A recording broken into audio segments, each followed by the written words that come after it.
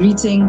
My name is Malele, and I love running in the dark. There's such a weird thing to think about. And I actually thought about it. I came up with nothing.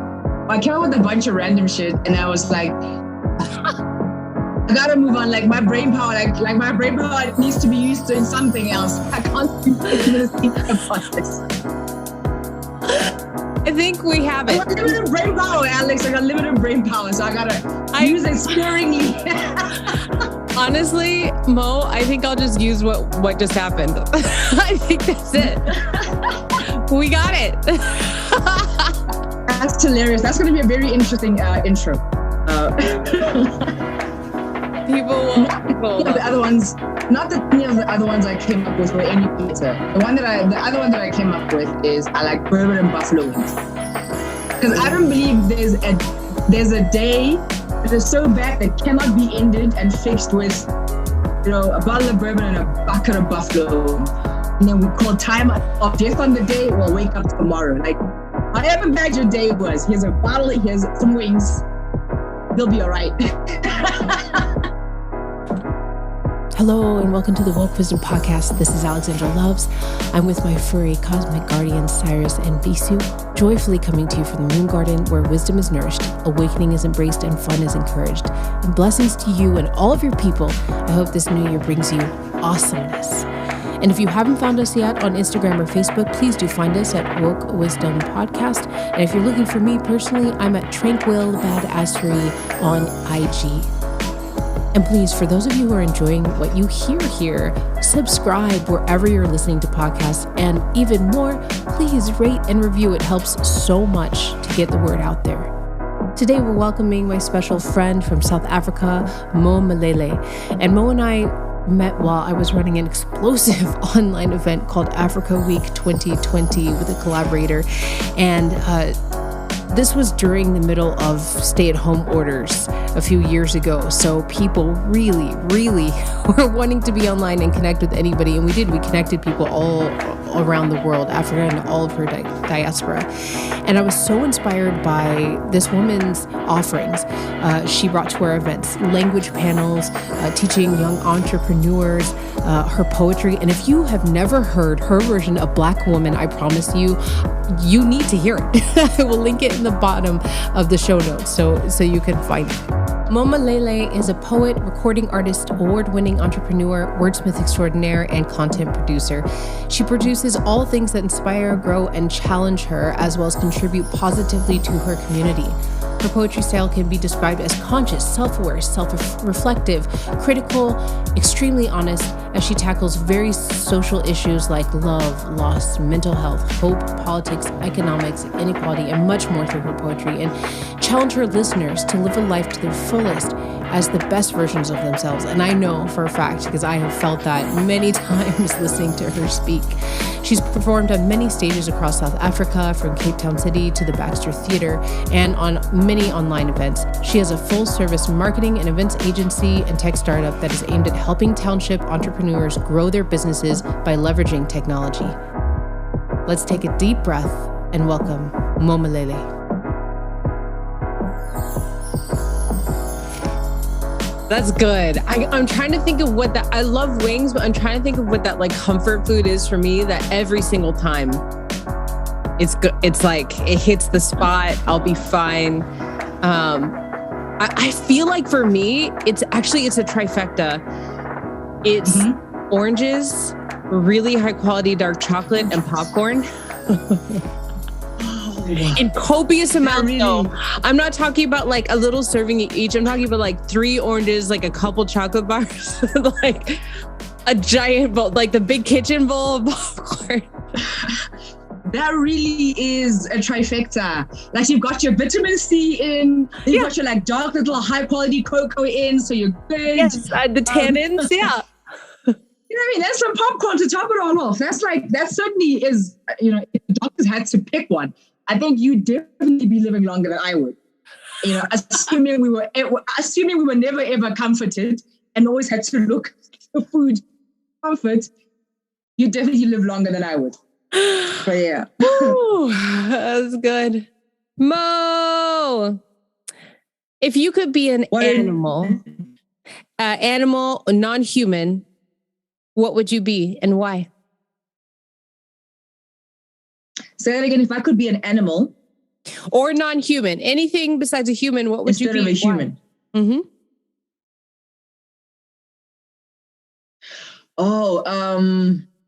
So because this is like audio, people can't actually see that I've got, so I've got like an eagle tat on, like you can see it because we're, on video, but I've got an eagle tattoo on my shoulder. And it was the very first tattoo I got like a year or 2 years ago. It's it takes like half of my like upper left arm. So that was definitely an animal I identify with. So if I could be an animal, it would probably be an eagle. Why an eagle? I mean, I just identify with birds in general. The idea of a bird's eye view, being able to see far ahead. And like, you know how eagles also, they do well in water. So they fly so high, but they can also see deep into the water and actually see the fishes. And that's why sometimes you'll see on National Geographic those images of like from nowhere they're tracking like a little fish in like the little pond or the little river or whatever. And from nowhere you just see the seagull swooping and this like slow motion is like, oh, what a majestic view. The poor little, fishy thingy. But they can see that, like they can see that far that well. And they're very meticulous creatures. And so I identify a lot with the idea of a bird's eye view, like seeing far beyond yourself, and being very meticulous about how you get there and get what you want. Wow. I'm not saying I am that, but I identify with those qualities. I would like to be an eagle, basically. And I also kind of feel like most people might be like being a lion, lion of the jungle, and like, it's like the king of the jungle or whatever. I kind of feel it's overrated. Mm-hmm. So I certainly wouldn't be a lion. I don't think I have the personality to be one. So I identify more, with eagles. Okay. I like that. And honestly, I know that you have a lot of awesome, passionate and creative entrepreneurial ventures that are community oriented, and having that eagle skill of the bird's eye view and having that perspective and being meticulous about the little things, that's like a necessary skill for what you're doing. Yeah. So like, yeah, exactly. Maybe you're kind of there a little bit. I'm on roots. I mean, that's why I identify so much with it. Yeah. And I think, I mean, if you know me, you'll know that I do an extensive research before I get any tattoos. I've only got two. But they're quite, they take up half of my left arm. But extensive research doing, like understanding what I'm going to put on there, the shapes, the sizes, the wording, the images, everything. So there are a lot of research on, which animals I would most likely identify with. Yes. Enough to engrave onto my body. It's a big decision, y'all, for those thinking of getting tattoos. Life. Like, don't take it lightly. You know what I mean? Like, don't take it heavily, but don't take it lightly. So there are a lot of research about that. And so that's why I still say it's the animal I identify the most with, because even in my life, in a lot of things that I do, in a lot of ways, not to sound arrogant or anything, but in a lot of ways, you're called to be a visionary. Like leaders, like good leaders at least, inherently have some sort of visionariness in them. Yes. You're called to be able to hear past the noise and see through the fog type thing, which is what, they do very well. And that's why I relate so much to them. And as an entrepreneur, as a poet as well, even as a creative, you also have to be able to see past the chaos, or see past the fog and hear past the noise. Unless you go out and put out creative into the world that actually does more damage than good. And then people believe you and they take you seriously because you call yourself a poet and they listen to you on the daily, so so you also inherently also, have to have that kind of leadership and visionariness that I relate so much to with eagles. Wow. Again, on this podcast, I feel like I'm being called up and out because you know this, there's times when you're in the creative process of, whatever the business, the work, the putting your passion out there. There's a whole bunch of stuff that we do that isn't necessarily what is fun to do. Meticulous, some of those meticulous things, those things that, I got on this kick for a while that was like, I want to do things that are life-giving, but to get it out there, if I want to touch communities, if I want it to be, part of a business, then there's like things that I do that don't feel in the moment. They don't feel life-giving. And I feel like I'm going through one of those phases right now where there's a lot of that research grunt work, staring at a computer screen, which is the most inorganic, unnatural thing. Like clicking. It's just like, I used to love the sound of the mouse clicking. Like I just like, and now I've switched back to my mouse pad because I'm just tired of the sound click.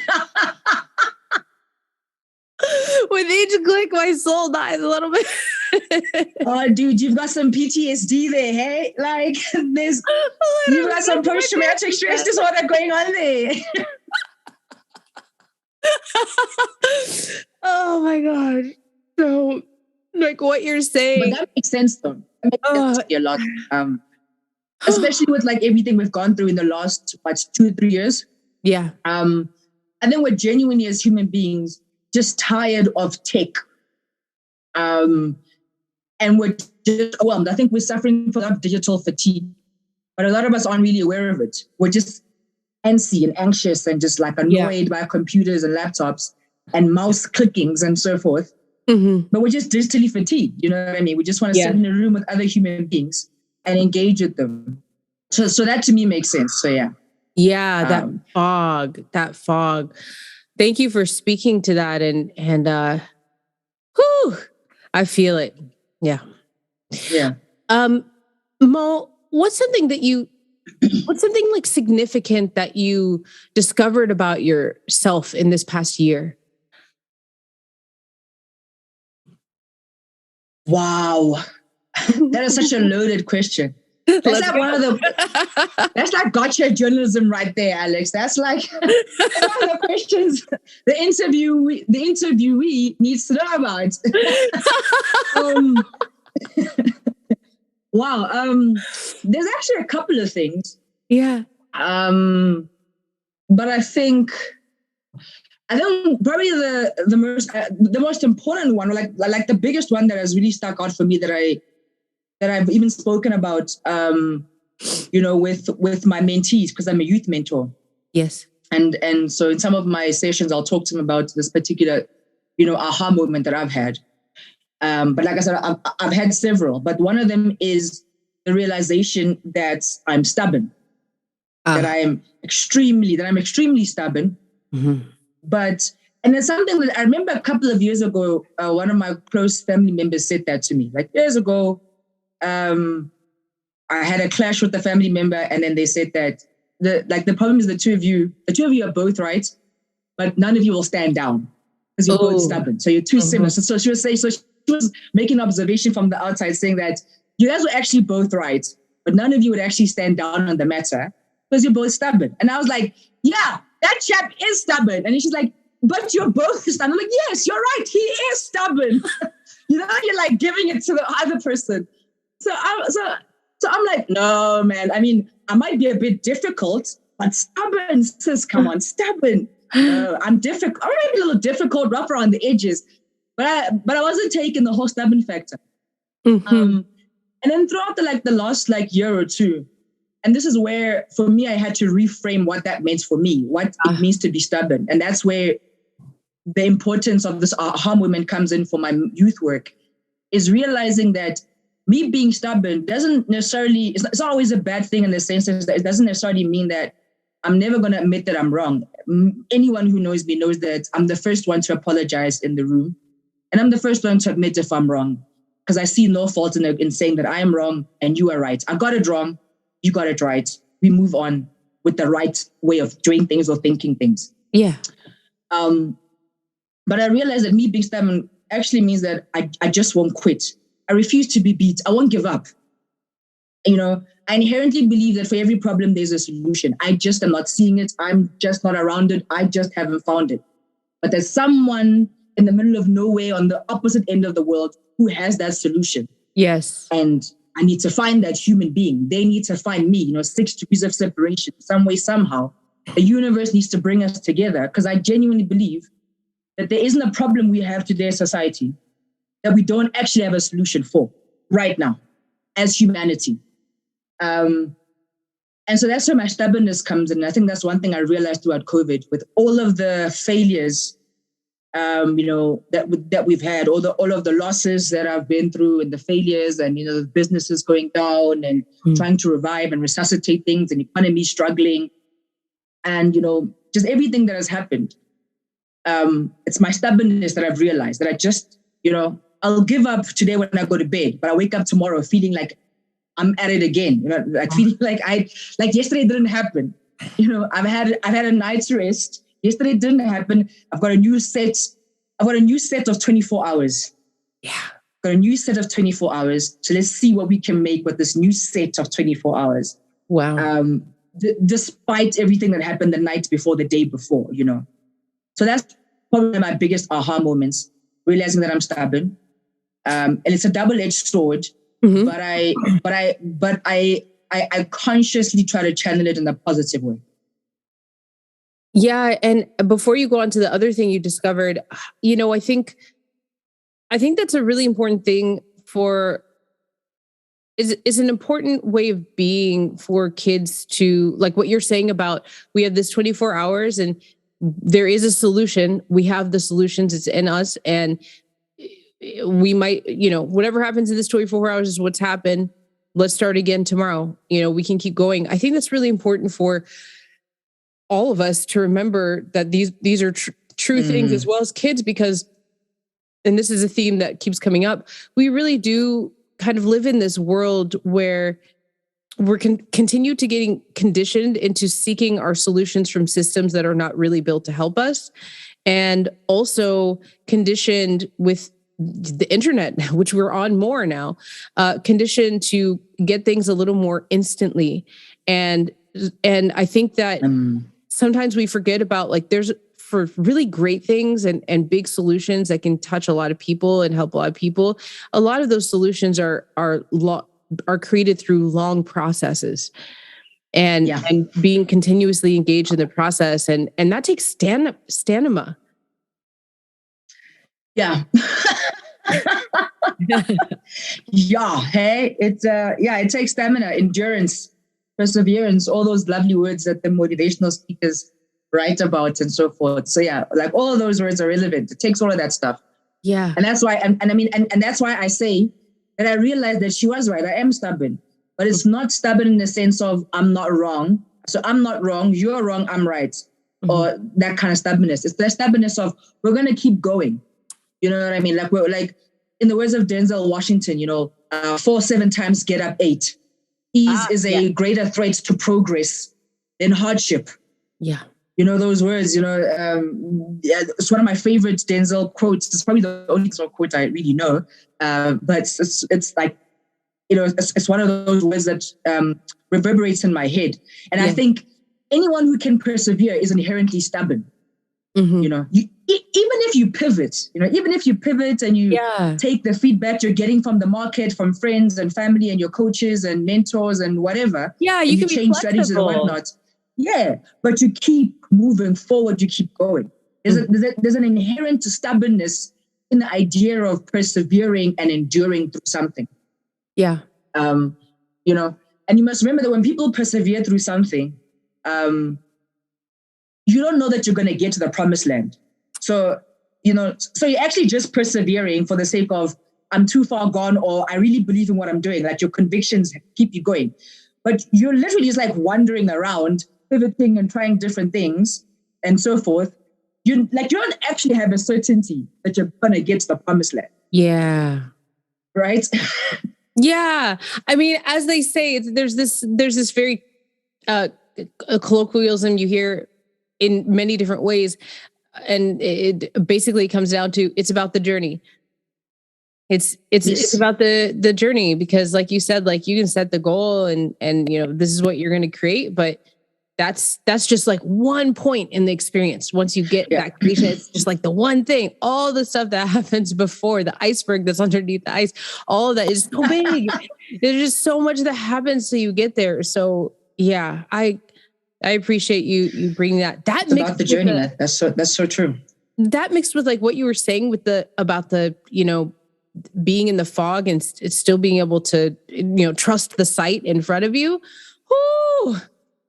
That's like 101 for community creation, entrepreneurship, building a business.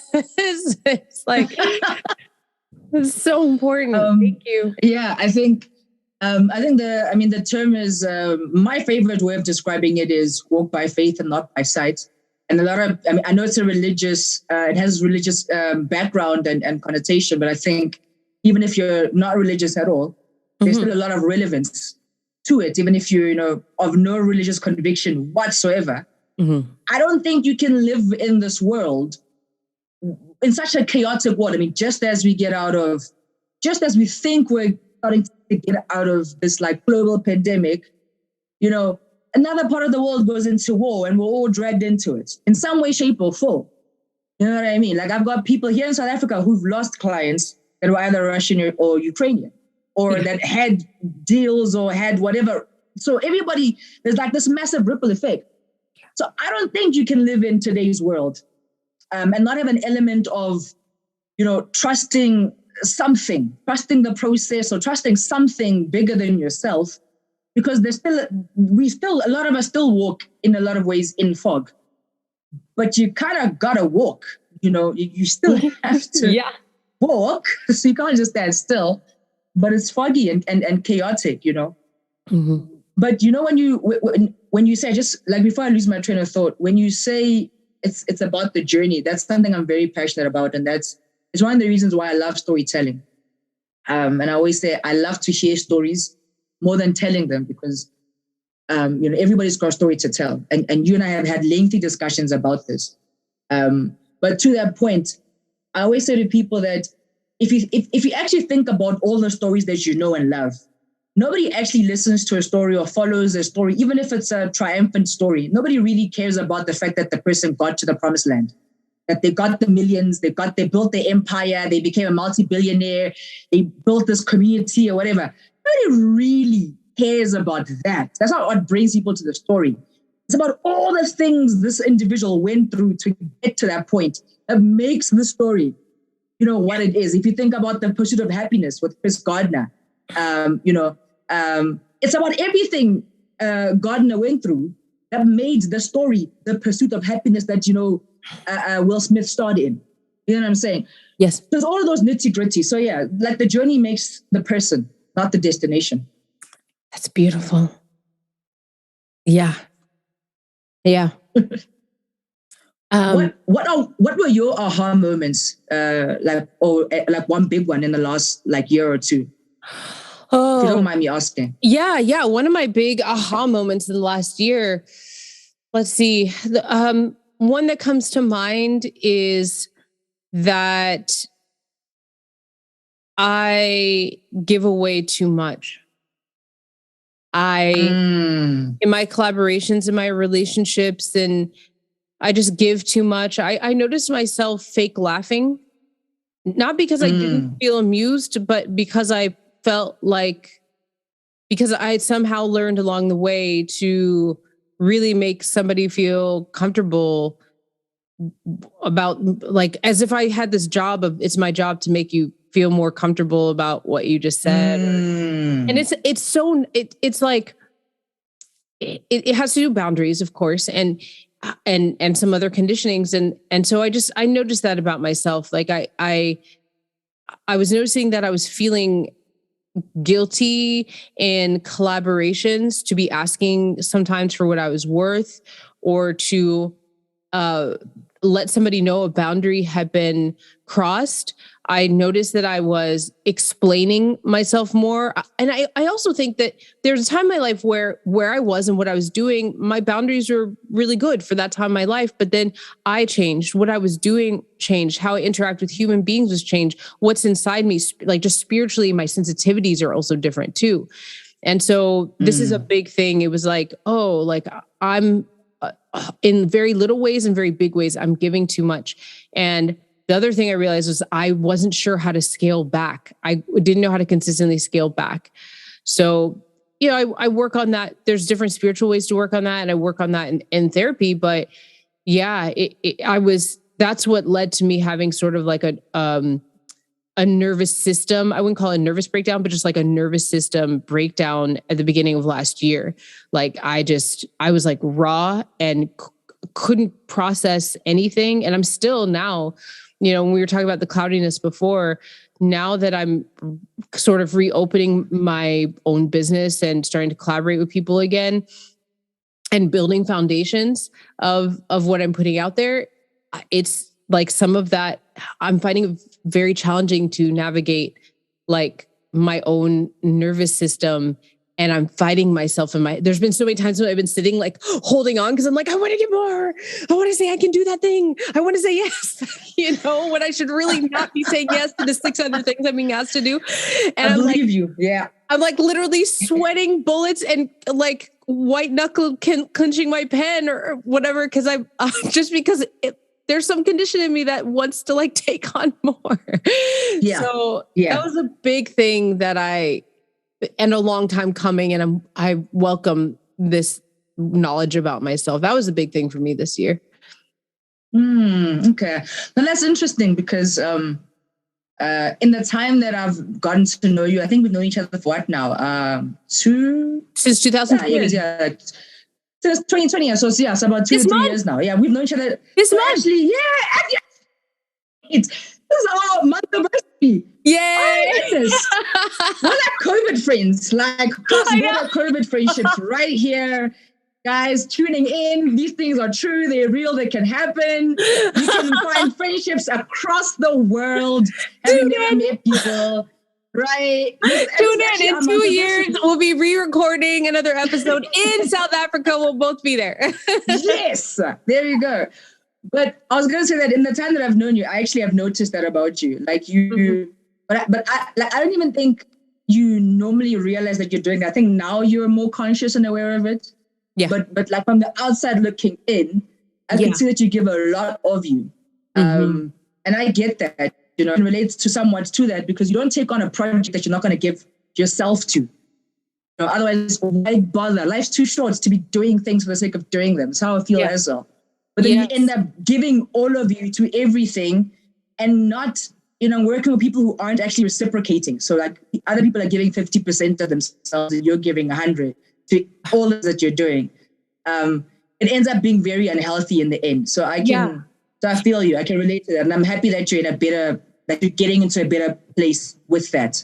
Thank you. Thank you for seeing that. And also another part of that journey too, especially when we're talking about community work is there's this balance that I'm also learning of. I want to give to community and community spaces, but now that I have this high awareness of like a reciprocation, that navigation sometimes is a little rocky because it's like the communities that I want to give to, I'm not walking in there going, and I need to get this back. And so there's this new thing where it's like, this is something to be, for me to perceive differently in every situation. If I'm giving to a community that's doing a prayer for the world and is, it's some sort of ceremony that I'm part of, well, no, I'm not going to expect them to pay me or anything like that, right? How can I be a part of this prayer and give what I can give? And also I'm going to receive a nourishment from a ceremonial prayer if I'm aligned with it, right? So that's different than someone wants me to consult on A, B, and C, and it's like a good 80-hour job that needs to be done in 2 weeks. Then I'm going to be seeking some sort of possibly resource reciprocation, if not something that's equivalent to that. And that navigation right now is something that I've become very aware of, because I think there was one time when I was invited to something that was very much like, this is volunteer work, and it was hard volunteer work, and it was great for whatever that community was doing, but I wasn't aligned with it. And when I showed up, I was in this position where I was sort of involved in working with, I was involved and feeling like I wanted to get something out of it. And so it was just this situation where I was like, they can't give me anything. And this is not my activism, so it was like this kind of precarious situation. And so, yeah, that's a big thing, is like, in each situation, what is the reciprocation? Yeah. And I think I'll be able to feel that more in the future. But for now, it's kind of like more of a thought thing where I'm like, there's like a measuring going on. And then, then I bring it into my feeling space. And, it's just part of the process of, I agree, retuning. I feel you. My intuition in that way. Getting that balance. I mean, it's getting that balance. Before we started recording, we were talking about balance as well. So yeah, I think there needs to be a balance. And I think that's what you're striving for. And I think that's only fair. A balance. Yeah. So, yeah. Was there something else? You said there's a couple things that you discovered this year significant about yourself. What was the other thing? Do you remember? Now I've actually lost my train. Now I lost my train of thought from that thing. I think the other thing for me, and this is gonna sound weird, but with everything that was going on, and I mean, and understand, I think many of the listeners here will understand that the economy took a very big knock globally, right? And many people lost a lot because of that. So with everything going on, I was overcome by a sense of gratitude. And this is another thing that I teach, or I talk to my mentees about living life with a gratitude attitude. Because anything else will drive you crazy, especially when you look at your life and you've done nothing wrong, but everything is falling apart. Like you look at your life, everything's falling apart, but you've done nothing wrong. Like you did everything right. We didn't run our businesses to the ground. The economy went to crap, and we just went to crap with it in a way. And a lot of us entrepreneurs and a lot of us small businesses, and I'm sure a lot of the listeners can relate to this. So for me, I just sort of went into the shell of living life with the gratitude attitude. So just being grateful for the little that I have, being grateful for a roof over my head, being grateful for friends and family who could help out, despite feeling like you should never ask for help, because we live in a world where asking for help is often a sign of weakness. Oh, so tell me. You know what I mean? That's a whole other podcast, right, sister? That's a whole other episode, honey. We can't even get into that today. But we live in a world where and like this is how I put it. Like we live in a world where showing signs of humanity is often akin to showing signs of weakness. Mm-hmm. And human beings are very vulnerable, fragile beings. We need sustenance, we need roofs over our heads, we need, collaboration and companionship and whatnot. So showing a need for all of these things and not being able to do it yourself and asking for help is often seen as a sign of weakness. Yeah. But in all of that stuff, there's always something you can be grateful for, because I genuinely believe that there's always someone who has it worse than you. Like things can genuinely always be worse. And as bad as they are right now, and as bad as they are for you in this moment, in the next year, next 2 years, next 3 years, because you don't know how long you're going to be in the trenches. Yeah. There are people who actually have it worse. Like you could be in war right now. Having gone through everything you've gone through, and then going to war with no money, nothing to feed your children and your family with, and then you get attacked. So you know what I'm saying? And then when you think of it that way, you're like, okay, fine. At least we're not in war. The economy is relatively stable. I use that in inverted commas. I can at least make things work. Yeah. At least try and do something. But I'm not in a war zone trying to run a business. That's the other thing that I realized, that if you don't live life with the spirit of gratitude and with this philosophy of gratitude attitude, Mm-hmm. I think your brain can very quickly unravel far faster than you'll be able to sew it back. No, like for real, you know what I mean? I believe you. I know it. Yeah, your brain can unravel. It'll unravel far faster than you will have the resources to sew it back. If you don't understand that for everything that you're going through, you at least have your health. You know, you're healthy and going through an economic downturn. There are people who are unhealthy and going through an economic downturn with no medical insurance. So like, it could be, but you see what I mean when I say it could be worse. So that's the other thing that I realized, is having a gratitude attitude and being sort of grateful for everything that you have, despite everything that you've lost. Yes. And that helps you focus, that helps you focus on everything that you could once again have based on the little base that you have versus everything that I can lose based on everything that I have lost. So really, it's all about reframing the discussions in your brain and everything. It's another thing that I learned in isolation. It felt like solitary confinement to being in lockdown. Literally felt like the world, like it felt like your parents had told you to go into the naughty corner, but like the entire world had to go into a naughty corner and think about what they had done. That's what it felt like. Like everybody goes to the naughty corner, think about what you've done and how you're going to like make reparations and think about it and fix it. It felt like we were sent to a freaking naughty corner and think about what we've done with as a world. And with blessings, I hope that a critical mass of us come out differently in a way that's better for this world, because I know some of us are coming out like swinging and some people are coming out not ready.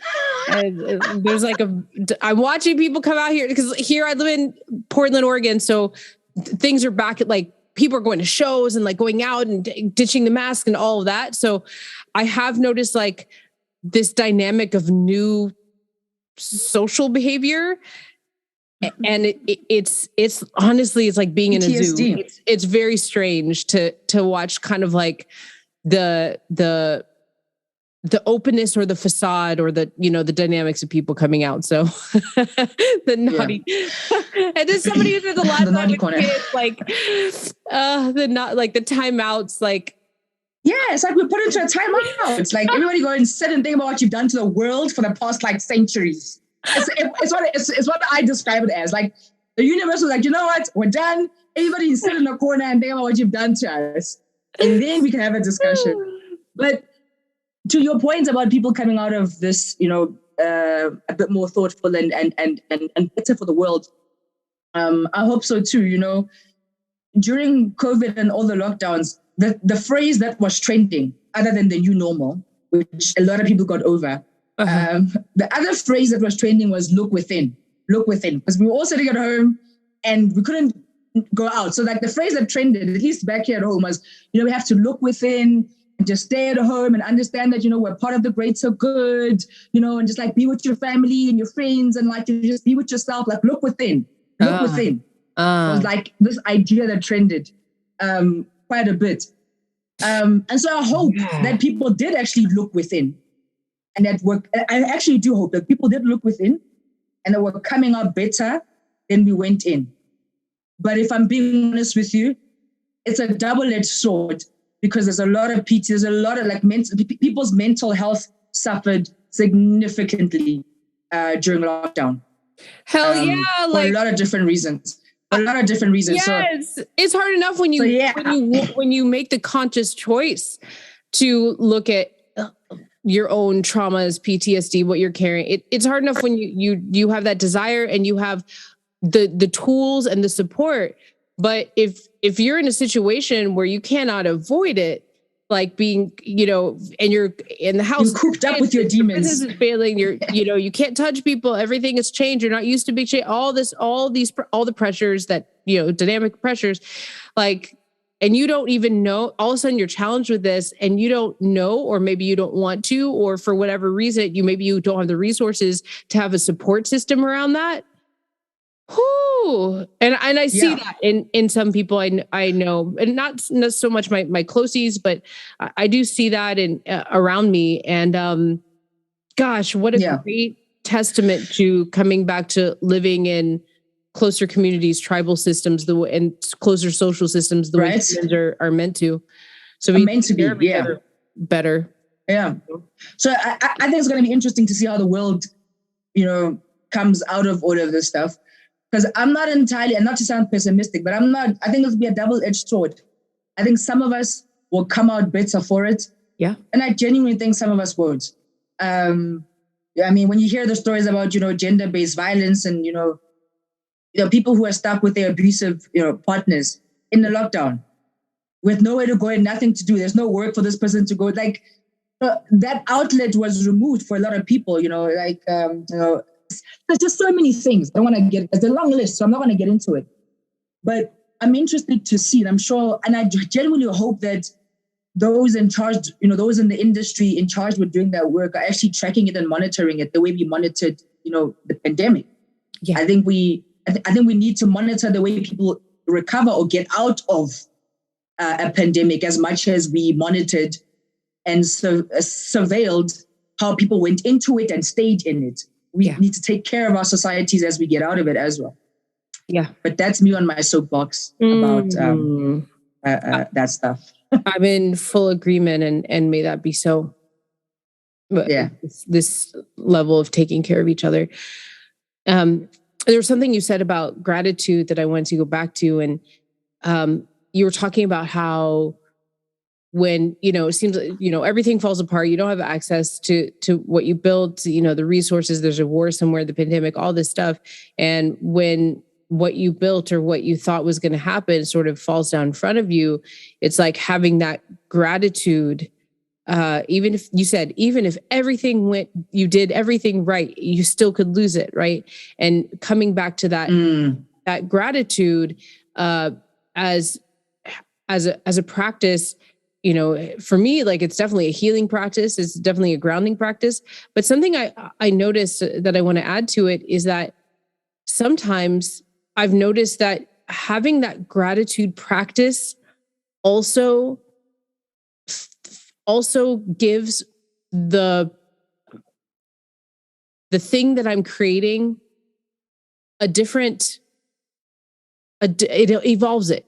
It gives it a different formation, if that makes sense. When I didn't have the gratitude practices, it tended to be more in my head, maybe a little bit less governed by what's in my spirit. Still created awesome stuff, right? Like still maybe it's things that were helpful to people and great collaborations, but there was a layer. I felt like there were some things that I was missing because I just wasn't accessing.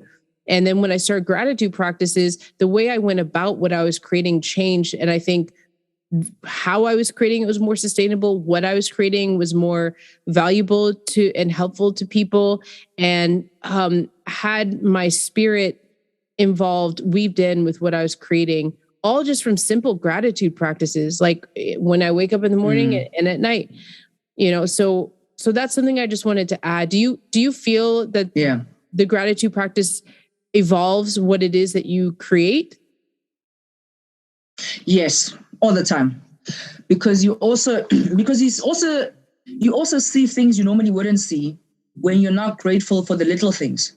Mm-hmm. So, for example, with the work that I do in tech, my tech startup works with informal traders who have little to zero access to technology or the knowledge or the resources or even the funding to access technological solutions for their businesses. So we help them grow their businesses by leveraging e-commerce technology. So we take them from little to zero technology, and then we help them implement tech in their businesses, specifically e-commerce technology. And we work with informal traders. And so, I'm coming in from Africa, right? So in Africa, most of our economies are still quite informal, even though and I know that some people who are South African or even African might dispute that or might want to be like, no, that's not exactly entirely true. But that's predominantly because we all live in our little bubbles, right? Yeah. And so you're not exactly sort of always aware of what's happening, 50 kilometers away from you. That is completely different to the neighborhood you live in. Yes. And so the way that has impacted me of gratitude attitude is understanding that even something as simple as jumping onto a Zoom call is not as easy as it is for me. It's not as easy for me to do. I'm sorry, is easier for me to do than it is for the people that I often serve. So my merchants and my clients and so forth that I work with. Just something as simple as jump onto a Zoom call quickly. Let me share my screen and show you what we've built, or let's show you how the platform works. Wow. Why is that? People will ask. Because one, they don't often have access to proper devices. That's the first thing, right? They don't have like laptops or like proper smartphones or whatnot. Some of them go to community labs, or they go to internet cafes where there's like community computers, and half the time only half of those computers actually work. Old machines, they're slow and so forth, and some of them don't really run as well and so forth. So that's the first thing. They don't actually have the device. The infrastructure is not that good. So even if they don't have Wi-Fi, they're working off of data that you have on your cell phone. That you're paying for, so they're working off of data. So you're paying, the data you're paying for, there's no Wi-Fi. They're working off data that they have to buy on their cell phone. They're cash strapped. They don't have a lot of money. So they buy a little bit of data just to do what they really need to do online. Yes. And stuff like that,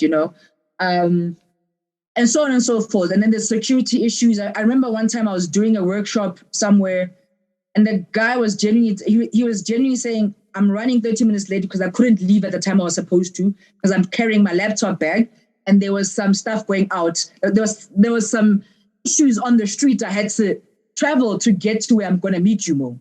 So I had to stay back until those issues with the gangs and whatever was sorted out, before I could be walking in the middle of the street with a backpack that looks like I could be carrying a laptop in it. So he sends me not a WhatsApp, an SMS telling me I'm going to be 30 minutes late. I'm just leaving the house now, So, and those are so to many people, those are little things. Yeah, but in the context of trying to build something from nothing, that's a huge. Like now you're 30 minutes late for a meeting. Like you're 30 minutes late for a meeting. I gotta go. Under normal circumstances, you might be dealing with somebody who doesn't have that, who's like, now I have to go. I've got another meeting. I'm running late. All those kinds of things, especially internationally, because they're measuring, can this person show up on time? Because it's 6 hours difference here. So, this is somebody you're more than just 30 minutes late to at 5 o'clock every day. Yeah, totally. Yeah. So, and I mean, I'm making this example with people that I'm meeting face to face, and so on and so forth, right? So that example was a guy that I was actually meeting somewhere at a community center, and he was going to be 30 minutes late because of this particular issue. So there's security issues in some of the neighborhoods and so forth. So there's all these things that these good, honest, law-abiding, tax-paying citizens have to deal with just even to get to the door. Never mind get a foot in it. Yeah. Just to get to the door so they can knock, Alex. So they can get to the door and knock on it. There's so many things working against them. And to the point of where like, I was only able to actually realize all of this stuff and feel it, not just see it and understand the statistics and what, but really feel it in my heart and my soul and why I've been called to do this particular work. Why this opportunity stumbled upon my lap and I could not avoid it. When I understood how gracious, as much as I've lost so much, but how gracious the world has been to me to give me the opportunity to do these things, to have the Wi-Fi, to have the data, to have a dingy old laptop, but that can still connect on Zoom properly and so on and so forth. Like things that other people have no access to. And that's where, I mean, this tech company was birthed out of that. It was actually birthed out of a gratitude attitude and being like, we have to change this. We are far fortunate to be able to see it, and we have to change it. Wow. Wow. I don't know if we will, but I always say we're on the way. Like we're on the, we haven't changed it yet, but we're en route. We're walking, we're running, we're on the journey. We're on the way. So we're coming. The promised land is there. We're walking towards it. Yeah. And there's this, I was just learning recently about, I learned this from somebody who's, and I hope I am using the right terminology and the right words here. Please, if you're listening to this and you have a correction, I please let me know. But somebody who follows some of the ways of the people of these lands, and more specifically the Lakota ways, I believe this is where this comes from, and talking about the 7 generations below us, and how the things that we build and the doors that we open and the wisdom we pass down, it's good to keep the 7 generations below us in mind, because this is the amount of cycles that it takes to sort of turn things around or evolve things to a place that matches what we would like to create, right? And it happens through these generations. And this is something that I feel like you're expressing this like we're on our way. It might not be tomorrow or 6 years from now, but the community is on our way. And obviously because of the way that we reproduce 100%. offspring and things get passed down. Yeah. We're taking people with us. We're taking the youth with us. And I've heard this sentiment expressed several times. I saw an interview with this amazing musician from Mali, Fatoumata Diarra. I believe I'm saying her name right. And she's talking about how she's an amazing electric guitar player. And she said, I think she was saying either in an interview on stage, I saw her live, and she was like, yeah, I might not be the best guitar player, which she's amazing. And she's like, yeah, but if the kids see me do something with this, and they see like I can express myself, and that other people are hearing this story and they tell their stories, then maybe it will be different for them. Maybe there'll be kids who like start picking up creativity and all this stuff. And I was like, yeah. Preach, sister, preach. Yeah. And I hear that sentiment repeated, we're on this journey, we're on our way. And it actually gives me comfort, especially in times when I'm like, I don't know what I'm doing. I don't know how I'm going to get this out there. I don't know how I'm going to touch people. I don't know how I'm just like, it's the journey, and just go and connect and open the doors that make sense for me to open. So thank you for sharing that. What are you up to these days? That's a beautiful sentiment. Oh, thank you. What are you up to these days that feels aligned with your spirit?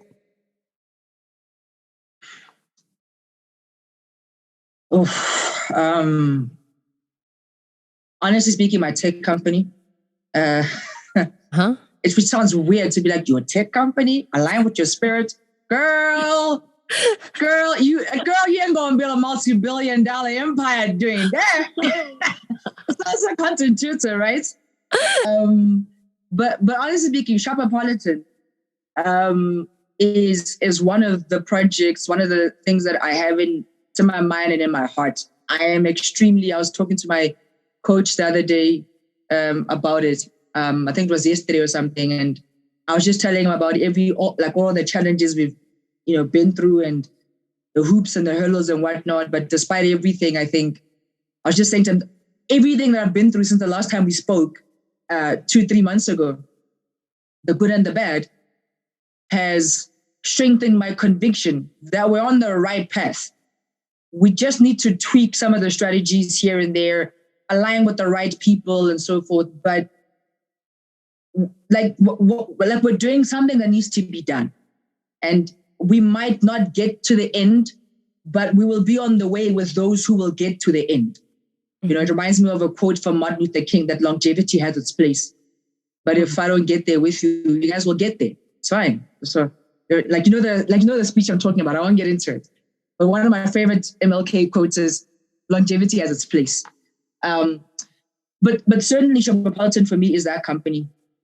One of the projects that aligns very well with my spirits.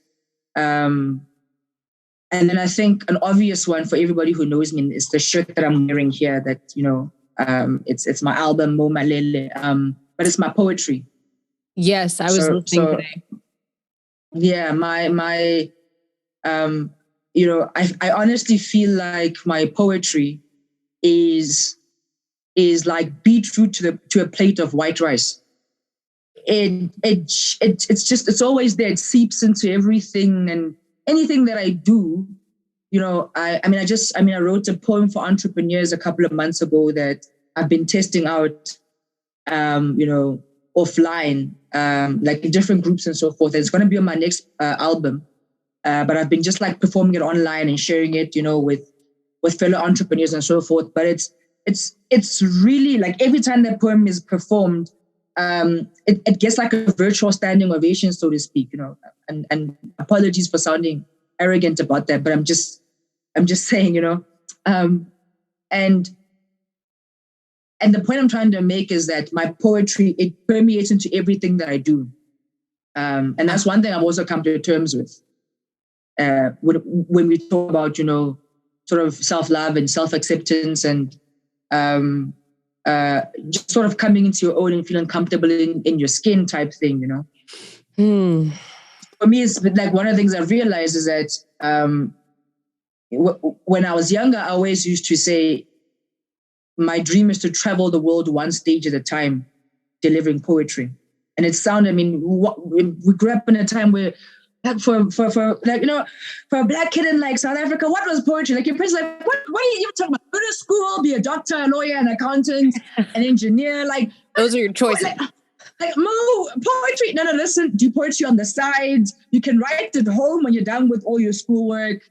Like whatever. Like there's a focus. Y'all know what I'm talking about. There's a focus. There's a particular path you got to follow, and you've got like 5 choices to pick from.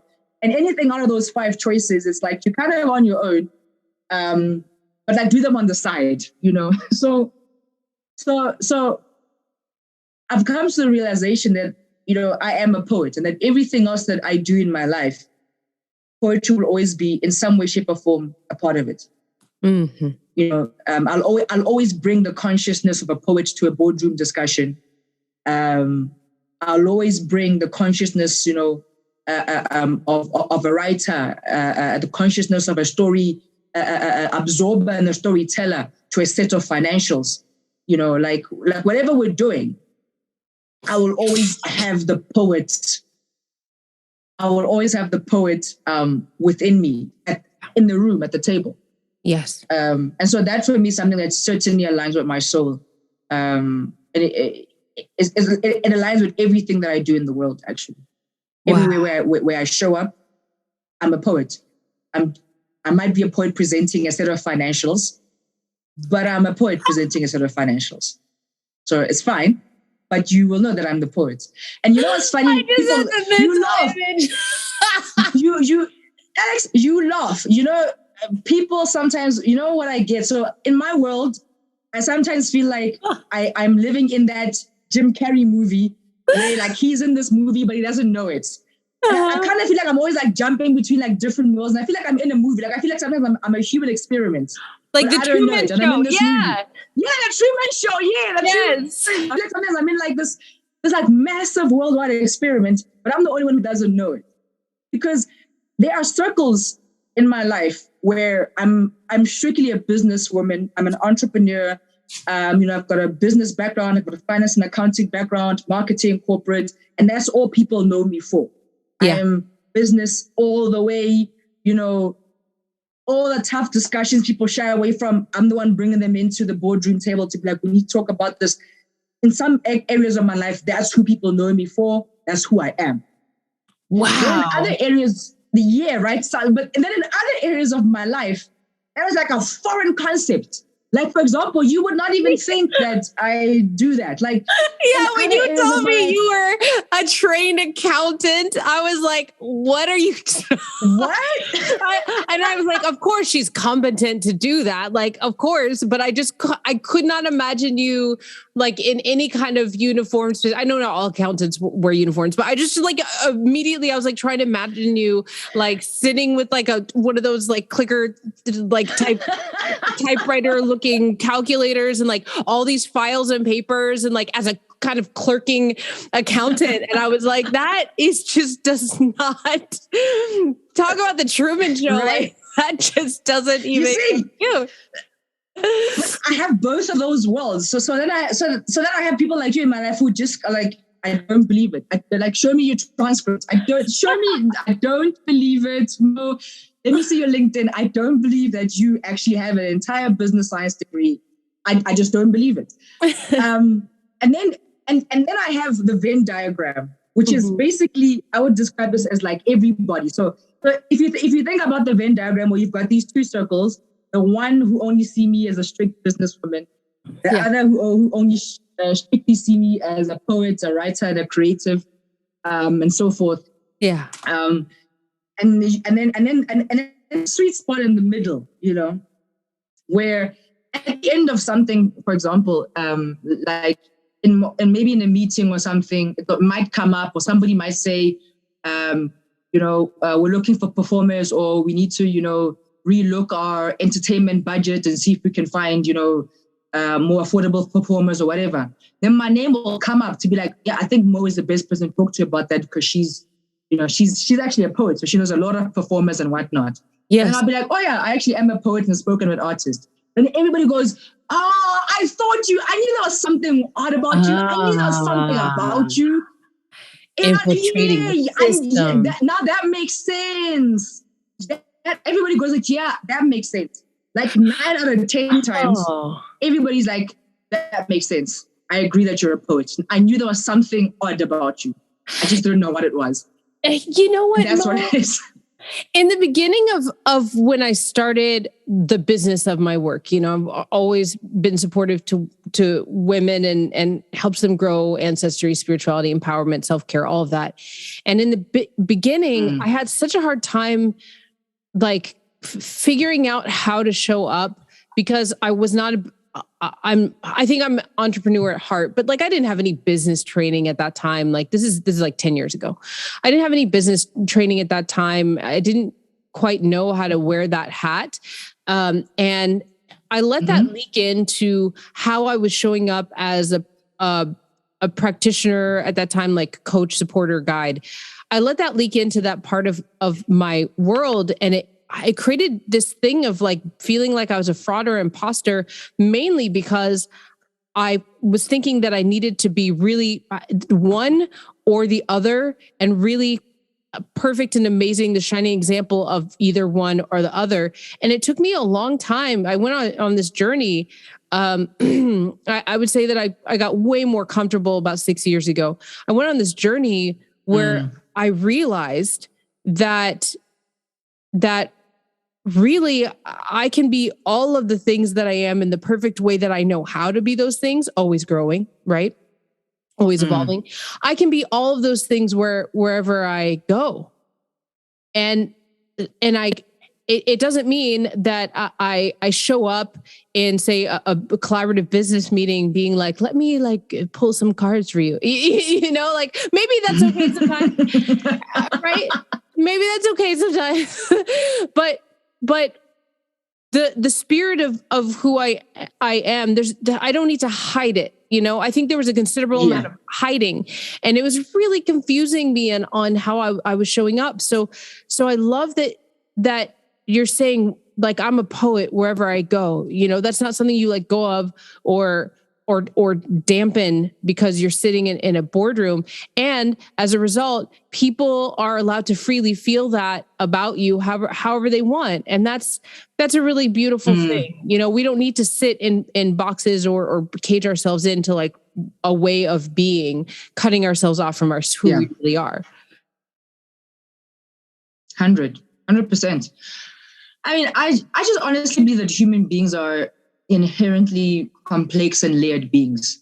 And so I don't believe that anybody is any one thing all the time. I struggle to believe that. And I know, I think it's a Simon Sinek quote where he says, you are who you are. And if you say you are like this at work and like that at home, then at one of those places you're lying. Quote, unquote. I think it's Simon Sinek who says that. And to a large extent, I agree with him, which is why I can say I'm a poet everywhere I go. I stopped doing that thing where I was a poet when I left the office, and then I was not a poet when I was in the office. Mm-hmm. But to a large extent, I agree that at one of those places, you actually weren't telling the truth. Yes. You know what I mean? Like, yes. You can be a capitalist, but still be an activist. I honestly believe that you can be an activist and still be a capitalist and be like, yeah, I believe in competition and the free economy and everything, but I choose to work more collaboratively. I choose to interpret some of the laws of capitalism in my own way. Mm-hmm. I do believe in a market where there's like a free economy and so forth. I do believe that you can be an activist and still believe in some capitalist ideals. I don't think it has to be one or the other, or me against you or you against me type situation all the time. Yeah. And I think we live in a world where it's so difficult to believe in two, like you can't be more than one thing. That's like, why? Because human beings are inherently layered and complex. Yes.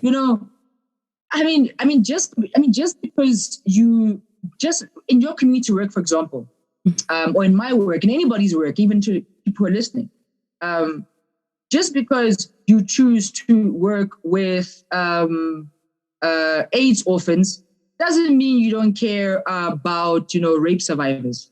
Just because you choose to fund AIDS orphan organizations doesn't mean you don't care about inner city school reform. Yes. You know what I mean? But then we want to sort of approach life with this one way or another type, approach to the ideologies and philosophies, people live by and present themselves with. No wonder we're always in a fight. So that for me is a thing, right? Yeah, no wonder why it was like, because we're constantly having to defend ourselves, even when we're doing the right thing. Like, help the AIDS orphan research, like help the AIDS orphans. Somebody else will, do the work, for the other stuff. Like, it's not either this one or the other. I think all of them can work together. Like, that's honestly what I believe. So I genuinely believe that human beings are not one thing. We are layered inherently. I think the role that you play at work can be different to the role that you play at home. And what's wrong with that? There's what's wrong with that? There's nothing wrong with that. Like, you just play different roles in different places that you're placed. But I don't like it. But to that point, I'm not saying that you must bring double personalities or split personalities. You know what I mean? And that's why I'm saying that, everywhere you go, you're still yourself. You're just playing a different role in that room, but you are still yourself and your voice is still your voice. But you might have a different perspective based on the room that you're in and the situation that you're in at that time. Yes. Yeah. Yeah. Yeah, I get that. And it's, oh my gosh, this cat, sorry. You guys can't see this, but in this interview, my little orange cat has jumped up on this table trying to knock over my mic and my computer no less than 20 times. I think the little orange cat is really enjoying the interview. I think they want to be part of it. I think they just want to answer a couple of questions and be like, yeah, the same thing happens in the cat world. Yeah. I'm also being labeled and what I'm a ginger and everything. They this cat feels triggered by our conversation, Alex. So. He's so triggered. He's actually back here now fighting with the other cat. You probably can hear it on the podcast. He's back here. When I don't let him sit on my lap and sit up here and move, rub on everything and close my computer screen during a recording, if I don't let him do that, then he goes and he fights the other cat. Yeah. So he's acting out. He's acting out because we can learn so much. Look at him go. He's not having any of it, eh? Yeah. Gratitude, come on now, talk about this. Mo, I was straight face, Alex, straight face. Remember your lines. I was just listening to Memoirs of a Journey, and every single, this is a spoken word album, and it feels like like a wisdomful meditation. I highly suggest everyone check out this album. I will link it in the show notes. One of the so the two tracks that really moved me, I was moved by all the tracks, but the two that stood out to me quite a bit was Passion is the Currency for Living and We Are the Storytellers. All right. Passion is the currency of the living. Yeah. And We Are Storytellers. Oh, those are very, very interesting tracks. Wow, with a very interesting background and history, very different history, but yeah. Please tell me about Passion is the Currency for Living, because I feel like that song has been the through line, has been sort of the golden thread in all of the workings, the engagements, everything that I've been hearing people creating in communities, healing communities, activism communities, whether they're doing it or not, but it's their intention. I feel like it's the through line intention, this spoken word piece. So please tell us about this piece. Wow. So Passion is the Currency of the Living is almost a decade-old piece. What? Maybe like a 9. This is Passion is the Currency of the Living is literally probably the second or third piece I wrote when I started doing poetry in 2010. Okay. So Passion is the Currency of the Living I wrote when I was still in varsity. So that's how old I am. I think I wrote the poem I was still in varsity early, like second year or something like that. And it really actually is what it is. It's a story about how passion and the passion that you bring to life and that you live life with is actually the currency within which you live. It's the currency within which you trade in life and living. And it's the most important currency. Passion is the most important currency a human being, can bring to this world, along with purpose and whatnot, but passion encompasses all of those. It's the most important currency you can live this life with. So the story around that, like I said, it's like almost I think it actually is a decade old because we're now in 2022. So It actually is a 10-year-old piece. So it's quite old. One of the first poems I wrote. Yeah, well, I've been in the industry over a decade. I started writing poetry in 2010, just to give you an indication. And I fell into it. I literally stumbled into poetry by accident, and then I never left. But it was the story of passion, and it's interesting that this thing still resonates with people years later. And people of different age groups and nationalities, ethnicities, and people just going through different things in their lives. Like that's one thing I love about art and so forth. It resonates cross-border, across all the things that make us different in the world, or that we're told to make us different in the world. Like it crosses all those things, and that's what I love about poetry as well.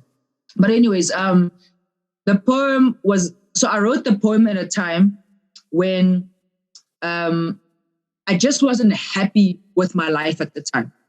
I was still in varsity. I wasn't happy with what I was studying. I was just dealing with a lot of other things, just like in general, in life in general. I was just dealing with a lot of other things that were sort of impacting how I felt about myself, how I felt about my studies and where my life was at that point in time. There was a lot of pressure. I was under a lot of pressure, having taken on additional roles, like leadership roles as a student leader. And so I genuinely felt like I was in a pressure cooker. Yeah. I really felt like I was just in this pressure cooker that was like kind of waiting to explode. And every avenue I tried to find a release for this pressure just wasn't working out. And at the time, one of the things that I was trying to do was change courses and change, some majors and whatnot, and get to do more stuff that I really wanted to do with my life and so forth. Things that that were just like akin to where I want to take my life and where my soul is going. But those doors just like kept closing, one door after the other. And I was genuinely miserable. I was genuinely miserable. And I remember coming back to my dorm room and being like, like, like something's going to give. Like at some point, the pressure cooker is going to explode. Yeah. But you know, when you're young, you know, the beauty of youth naivety is that you don't know everything you know when you're older. So when you're young, you don't think of it that way. Now, in my age, I think of it that way. You know, if I'm in a pressure cooker and I am conscious and aware of it, I know that at some point it's going to explode. So I need to release the pressure somehow. Yes. You know, like leave town for the weekend or like switch your cell phone off for the weekend and just like stay in bed and watch with friends and family, whatnot. Like do something to release the pressure. When you're young, you think just like keep moving with the emotions and things will just get better by their own. So I did that and like it just wasn't working out. I remember one day coming back late at night. I think it was like not late, but it was after a test and everything that we had written. And I was not having it. I was over it. Like, and I remember coming back into my dorm room, and I'd gotten dinner before I went to the exam room, like the test room. We all of us come back and people are hanging out in like the tea room and everything. I'm like, over it. I don't want to talk to anybody. I don't want nothing, you know? So I come back to my dorm room, switch the lights on. I'm like, warm up the food and everything. And I just sit and I'm like, I sit in this, and you know, dorm rooms are small. So it feels like you're in a prison. Like, so it feels very dramatic. Like dorms are small. So like it's a 4x4, like it's a 3x3 room. It's like tiny, man. Like, so I sit there and I sit by my desk and I lock the door and everything. And like there's food sitting there and I'm like, I'm not even hungry anymore. I've lost my appetite. I'm sorry, I'm a storyteller. So I'm like giving you the environment of the room at the time. No, I love it. I love it. Yeah, right. Yeah, no, I'm just saying to the listeners, like, you know, so just imagine, like, so I genuinely just remember feeling like I'm in a prison. Like, am I ever going to make it out of here even, you know? Mm-hmm. And I was sitting by, my desk was literally facing the window. And I opened the window and I opened the curtain. So I'm facing into the garden, into the courtyard at home. And I whip up my laptop and I just start playing some music.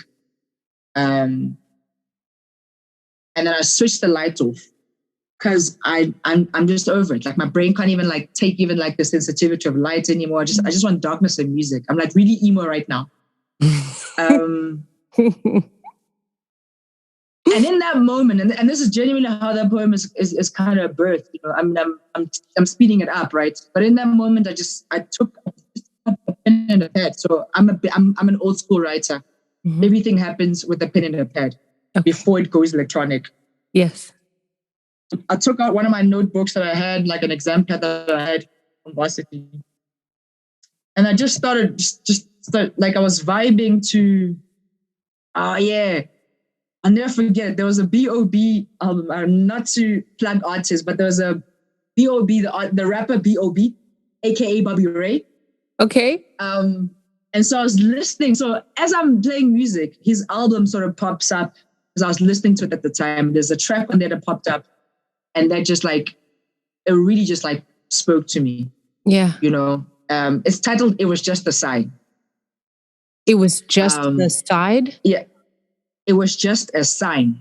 It was just a sign. Okay. It was just a sign. Yeah. Anyways, and I'm not trying to plug him. I'm just trying to draw a picture for you. Yeah. So I was really into, you know, his album at the time. So it's on the playlist that I'm playing at that time. So this track comes up and I'm sitting in this dark room, staring at the courtyard and just thinking about the fact that I'm going to have to do what I'm doing for another 5 or so years if I go into articles and whatnot. So like I've got like, you know, I'm going to be doing this for a while, you know, I'm going to be feeling like this for a while. Yeah. Like I'm like 5 years. That's like half a decade. That's not like a change. That's like half a decade, fam. Like, he's miserable at least. To be miserable for 5 years. Like, come on, fam. Like, anyways. So this track comes up, long story cut short, I take out my head and I start writing. And the words that come out of my head, literally, as I'm vibing to this track, and I've got a unique ability to be able to shut out the lyrics of the artist and rewrite the song. Wow. As I'm listening to the song, as I'm listening to the original track, I can shut out their lyrics and be like, this is actually how you should have written this track. So I rewrote this track from B.O.B. And that's actually the story of passion as the currency of the living. So I write, the first one that came to my mind is passion is the currency of the living, only of the living. And the idea was, and let me put it this way.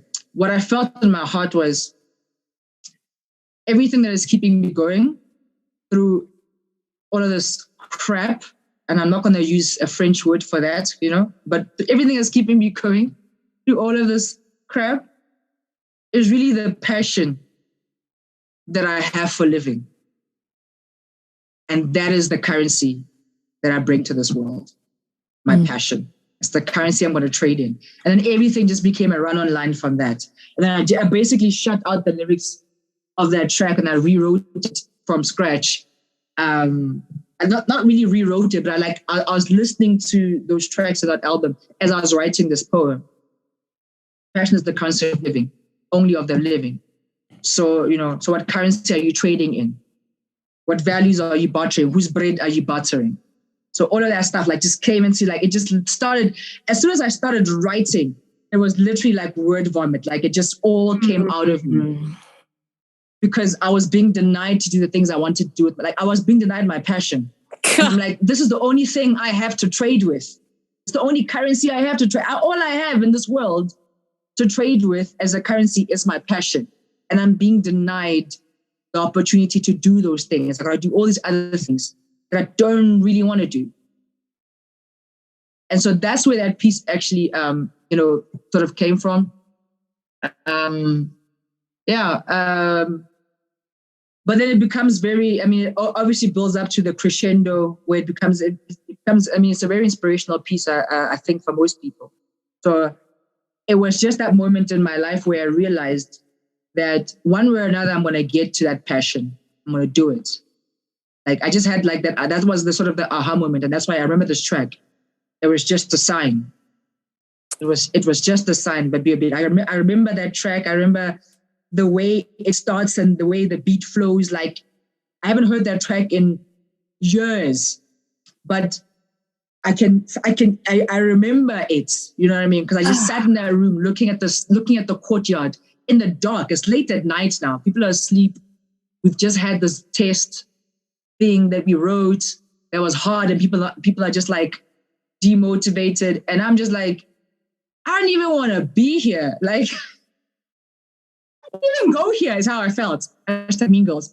I don't even go here is how I felt. So yes, I know that. I don't even want to go here. So why am I this miserable? But so I wrote that poem and everything in that sort of space, and so on and so forth. I think the rest is history because everybody knows that I am a B.Business graduate. I'm a business graduate, so I did finish what I started. Yes. And indeed it actually was just the sign. I'm actually very grateful that I finished what I started. Yes. I'm very grateful because it makes me a better entrepreneur. It makes me a better creative as well. Because I have a unique ability to commercialize creative because I have a strong business background. Yes. So I can see things that maybe another creative would not be able to see in terms of a commercial opportunity because I understand financials and I understand that background. So that's one way. But the other thing that for me was a blessing is the importance of starting what you finish. Finishing what you start. I always say it the other way around. But finishing what you start. I feel like we could get into a whole long philosophical conversation about starting what you finish. About that. Time travel. Right. The seeds that we're planting within each other and ancestry. Starting what you finish. But what I meant to say was finishing what you start. I learned a lot about the importance of that in sort of finishing a journey. And finishing it, for yourself and not for anybody else. So So I went through an entire journey in that perspective as well. But that's sort of the space in which that piece was written. So some of the poems actually in that album that you talk about were written actually in those years. That's amazing. I think actually majority of that album was written in my varsity years. Like, so the first 4 to 5 years of me doing poetry, those poems were written in that era, which is why I'm always so intrigued when like people come back to them. I'm like, really? That was your favorite? Oh, girl, I got you. Like you're a homegirl. You understand, because I'm like, I wrote that really when I was not even understanding poetry. And I mean, if you listen to the poems that I do now, you could actually see sort of an evolution in the style and, the language and so forth. You know what I mean? So there's been a definite evolution, and people will see it again in this album, the next one that's coming. If you compare the two, you'll definitely see that there's been quite an evolution, an education in the craft. But yeah, I'm so glad you love that poem. It's actually one of my favorites. Yeah, I was, I'm in a experience right now where I am, my parents raised me to be an artist among other things, and I played the piano, and then I let the musician part of my life go. I still performed and I danced. I did all sorts of creative things, but I would say, the last like 9-ish years of my life, there's been some dance. There definitely hasn't been music for a very long, like over that, not since I was singing in college. And recently I've come back to the healing of my voice and what instrument do I would like to play an instrument. I'm drawn to many instruments. Is it drums? Like you see the drums back here. Is it, I have, one of these like UFO hand pans, which I have fun with sometimes, a Shruti box. I'm just like playing with different things I'm drawn to. And recently I was like, oh, I think I'd like to start communicating, my dreams and what's inside me and what I'd like to see in the world. I'd like to be songwriting, and I'm finding it sort of, and I'm finding this like sort of, there's so many things at play in my mind that are sort of like muddying up the process. And I realized that when I'm really turning out things, like writing things down, or lyrics, words, whatever, come to me in a way that feels right. Like I'm like, ooh, this right here. It's when I'm relaxing into whatever will be. It's when I'm relaxing into sort of being in my, feeling my story, and when I'm really excited about the playing of the music, and I'm just like allowing myself to be taken by the music. And then all of a sudden there's this passion that wakes up. It's not about what's in my head. It's not about what's in what I think it should sound like. There's certain types of music writing and poetry writing that I'm very attracted to. And so I get like all heady about like, oh, I could, this structure or whatever. Yeah. I know what you mean. I know exactly what you mean. Yeah. But when I allow myself to sort of touch into the passion, all of a sudden, and this is a recent thing, the words start to peek out. And so you setting up that story and, sharing, being open and sharing that story is really inspiring to me. Thank you. Oh, awesome. No. Yeah. Thank you so much. Like, thank you for giving that opportunity, because people don't often ask me. I think maybe I should actually like do a series where I talk about the behind the scenes, but like, I don't often get asked that question, and every poem genuinely has a different story. I mean, some poems, like if you think about why I write, for example, why I write took me a year to write. From like the beginning, the middle, end, editing that piece took me a year. Wow. To write that piece and to be like, okay, it's done now, And I mean, I remember a quote one day. I was hearing a quote, I think from like Def Jam Poetry. I don't remember who said it, but I think maybe it was Mobb Deep when he was just like, during his hype up, starting the Def Jam Poetry show on that particular episode. But he said something along the lines of, a poem is never finished. It is abandoned. And this was like way back then, like what? when I was starting out, and I was like, oh, a poem is never finished, it's abandoned. So like, and understand that I don't, like, as you know, as everybody knows now, I don't have a theater background, a writing background, a performance or a poetry background, none of that stuff. Everything in my life is business. My mom is an economist and everything. She's a teacher economist. My brother's a software engineer. My sister's a physiologist. So like, I'm literally, me as a speaker, a writer, and a poet, I'm like so far the outlier that like it skews the data for those statisticians in the audience. So far the outlier that you're skewing the data now. Yeah.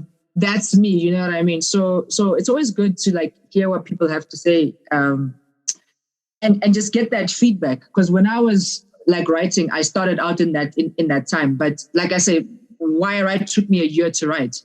And I always had this thing in my mind, like a poem is never finished, it's always abandoned, And sometimes I feel that way. Like I used to feel that way, but I no longer feel that way now. When I started out, I used to feel that way. I used to feel like I can still write more, I can still continue. And that's why most of my poems are really long. Because I never wanted to leave any of my poems abandoned. Yeah. I wanted to finish it, no matter how long it took me. If it took me a year to finish it, then so be it. It's fine.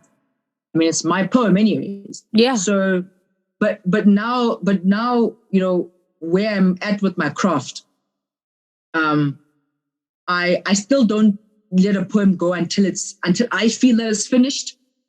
I don't let a poem to feel like it is abandoned. You know what I mean? Unless, not even unless, the only times where you might feel like there's a continuation of a thought is when I stopped at some point and I was like, I'm happy with this poem, but the thought now continues in a different form.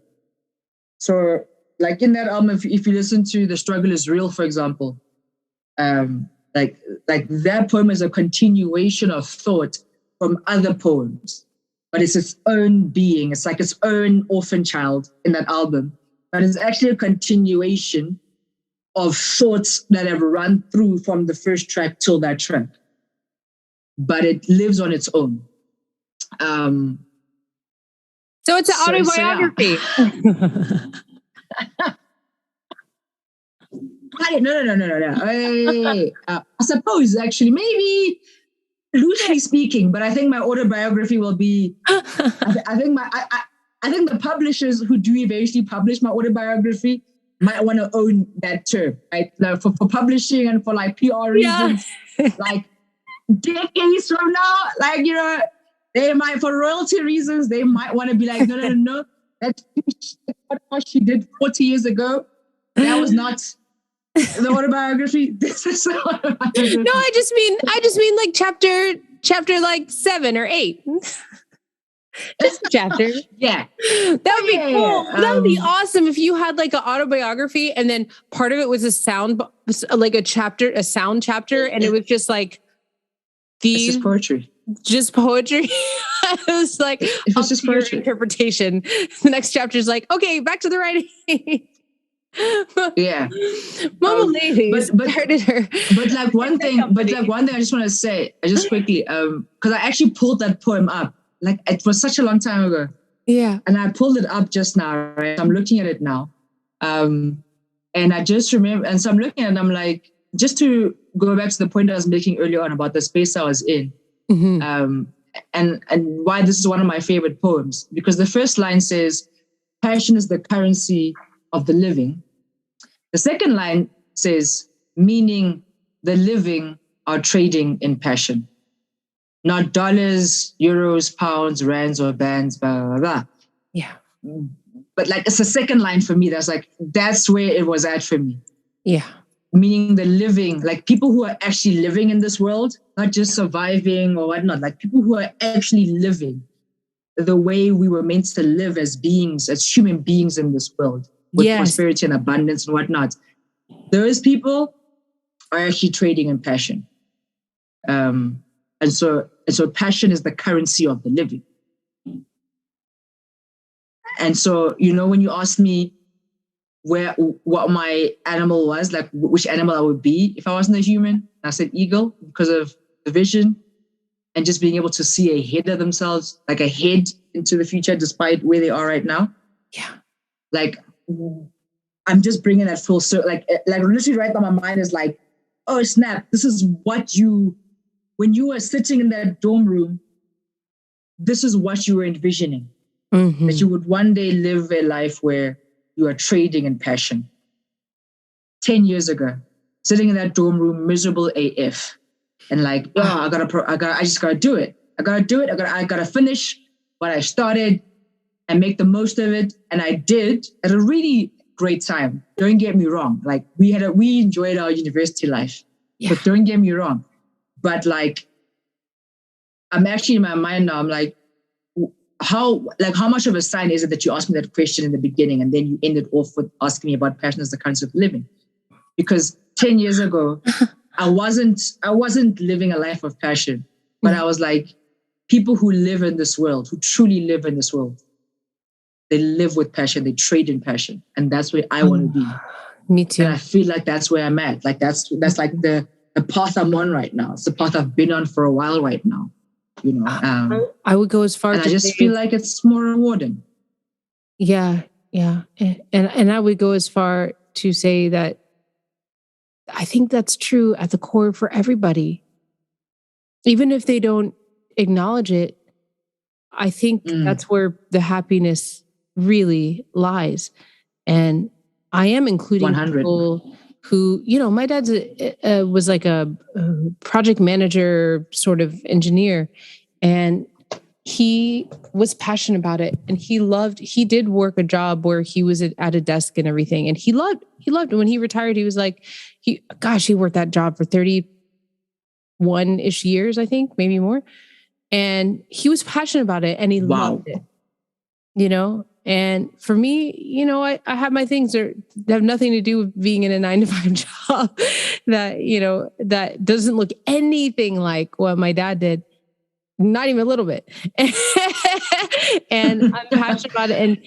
And when I hear, when I talk to people of all walks of life, I think what you're talking about, people who are really living like this, I think that's what we're all striving for in some way. And maybe get there as get there. Amen. Humanity. Yeah.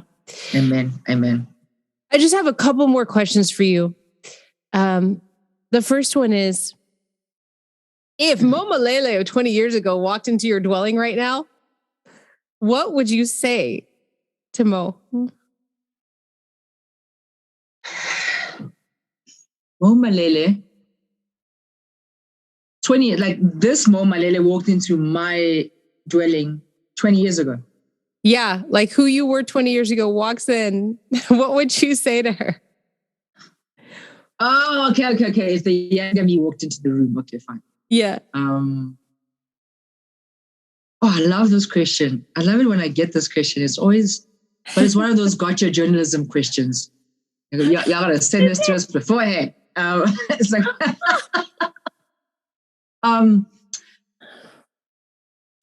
so honestly speaking, I would say to her that it's okay to be yourself and to feel comfortable in your skin. That whatever cost you feel you're costing others, or whatever cost you feel others are paying for you just to be yourself and be comfortable in your own skin, it's not really a cost, and it's not a cost you should be paying. It's not a cost. It's not a cost worth your life and worth your time in this realm on this earth. So be yourself and be comfortable being that. Be comfortable in your own skin. Just be yourself and be comfortable being that and being in your skin, and showing up as yourself, 100% yourself, 100% of the time. Wow. And then along the way, So But that along the way, yes, there will be those who are not about you, are not about it.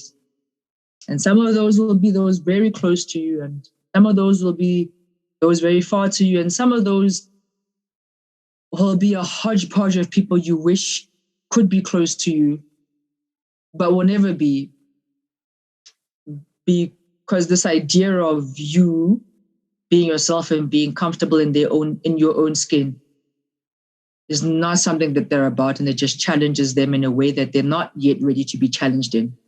Mm-hmm. But continue to be yourself.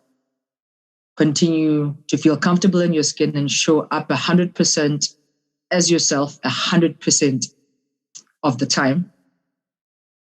And along the way, you will meet your people. You will meet your tribe. Mm-hmm. You will meet your chosen family. Mm. And all of the things that you often think are the differentiators or the things that draw a line between you and everyone else will be the things that unite you with your people. And you will then know what it is to be like, to be in the promised land, or to find your people. You know, this idea of family, you will then know what that is. You know, like when you have your people. And furthermore, I would say to her that along that journey and along that way,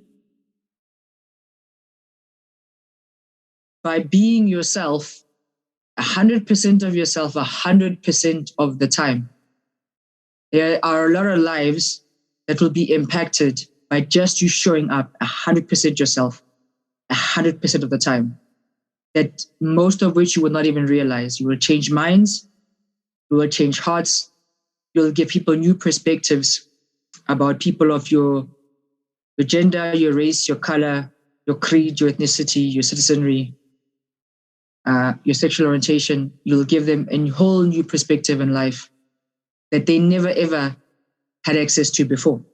Yeah. Not by being on a soapbox, but by just showing up 100% yourself 100% of the time. Yeah. So just do that. Just show up 100% yourself 100% of the time. And it's okay to feel comfortable in your own skin. You're not doing anything wrong. So go forth and conquer.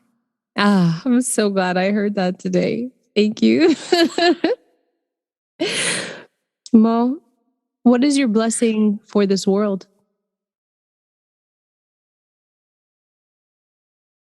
My blessing for this world. Mm-hmm. Wow. My blessing for this world, my wish for this world, if I can put it that way, it's just for us to give into our humanity, for us to actually lean more into it, to lean into the fact that, you know, we're human beings. We're not perfect. We don't have all the answers. We are not ultimately holy. We are made in the image, you know, of our saviors, whoever your savior is, if you believe in one, and if you don't, that's also fine. But we are not any of those things. We're human beings placed on this earth for a purpose. And so our job is to sort of, you know, in this realm, in this time, make the most of what we have in this realm and at this time.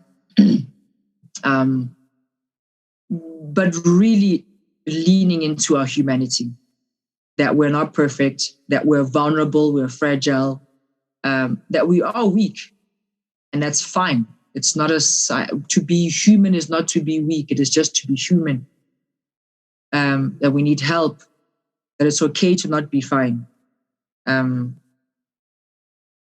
that it's okay to want to help, and it's okay to need help. And I think my blessing and my wish for the world is that we would actually just live more humanly and be okay with being human beings and leaning into our humanity. And that's one of the things I love about you.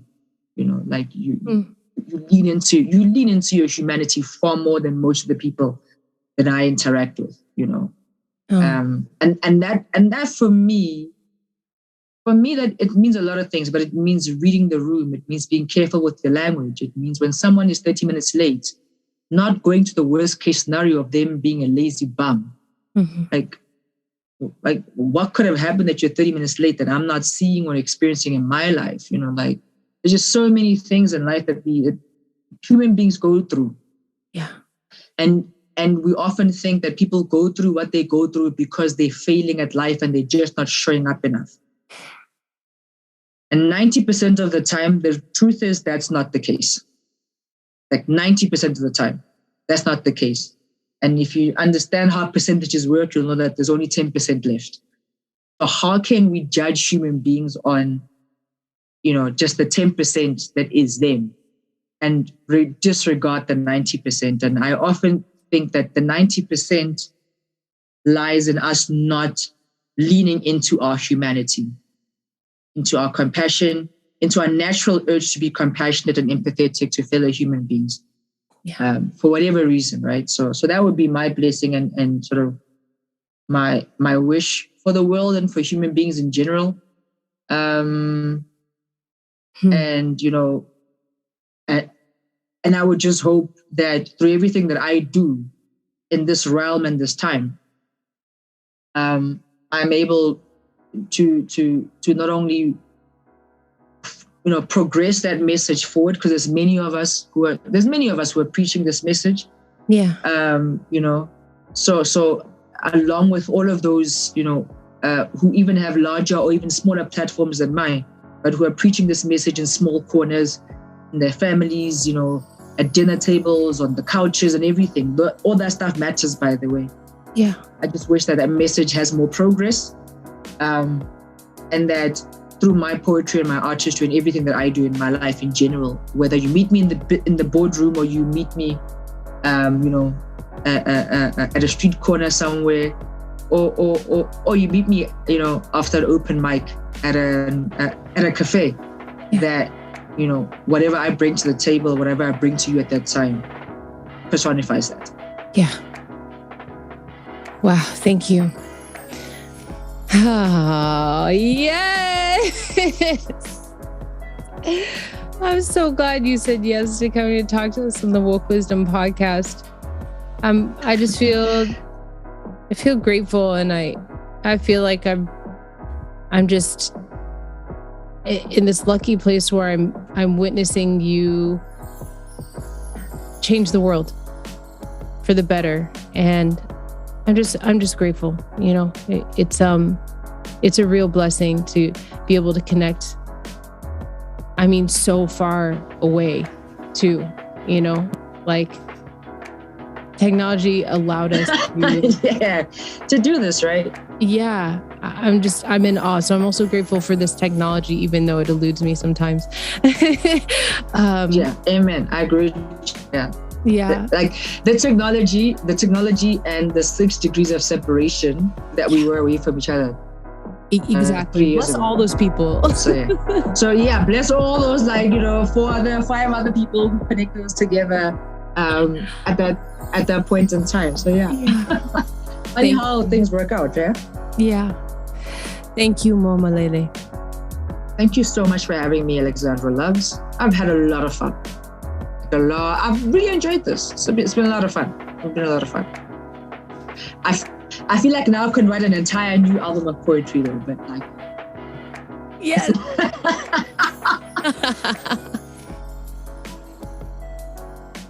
Wow. Thank you again. I made this recording with Mo last summer, and I ended up taking a pause on a lot of the recordings before I could come back and finish editing and finish this season that I started last year. And I am so glad that I came back to this conversation, because part of a process that I'm going through now, and you might be going through a process too in this that's similar, or maybe have in your life, maybe you're ready for a process like this. And that is really taking a look at myself and asking myself, what really is me now? What am I doing? What are my habits? What do I believe in? What am I participating in that really is aligned with me, and what isn't? Because this is, today is my last day being 39 on this world. And I realized to be fully myself all the time, like Mo was talking about, there's a lot of things that I think represented me or believed in or was unconscious of that just is not for me. It is not really me. It's not my personality. And it's okay to let it go as I go into this new decade of my life. And I don't think I really need a birthday to like be engaging with this concept or this, conscious evolution. But it just so happened to fall on the day that I was, this day that I was editing. So thank you, Mo, again for this conversation. It was very hit home. It was very personal for me, and I hope for those of you listening out there that it resonated with you in some way. Please let us know in the comments on IG or Facebook how you felt about it. Let's send some love all the way over there to South Africa from Malele. And before we go, Malele has an offering for us, and that is her spoken word poetry, Why I Write. People often ask me why I write. Come up to me and ask me what gives me the precious right to write. I stand there awestruck that somebody would want to ask me that question, and I feel like a teacher because I finally get to teach a lesson.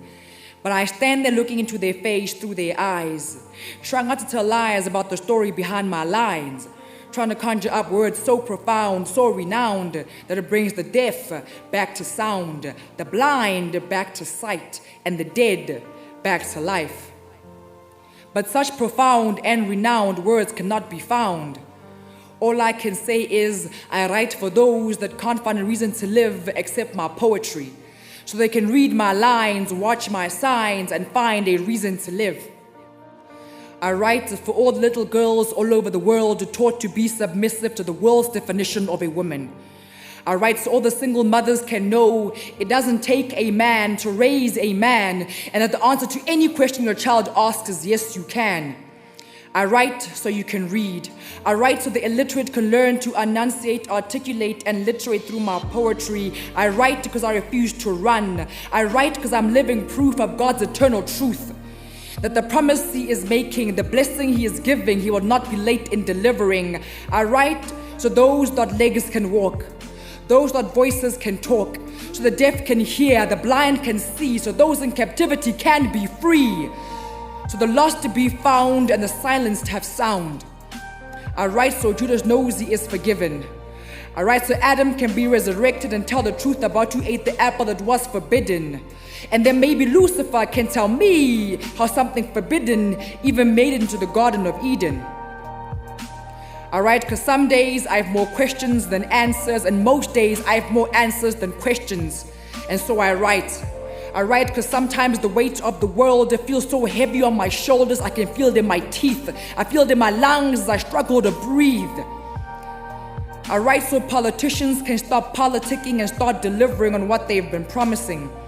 I write because I can't read. I write because I don't want to bleed. I write because I can't cry. I write for all the kids with daddy issues.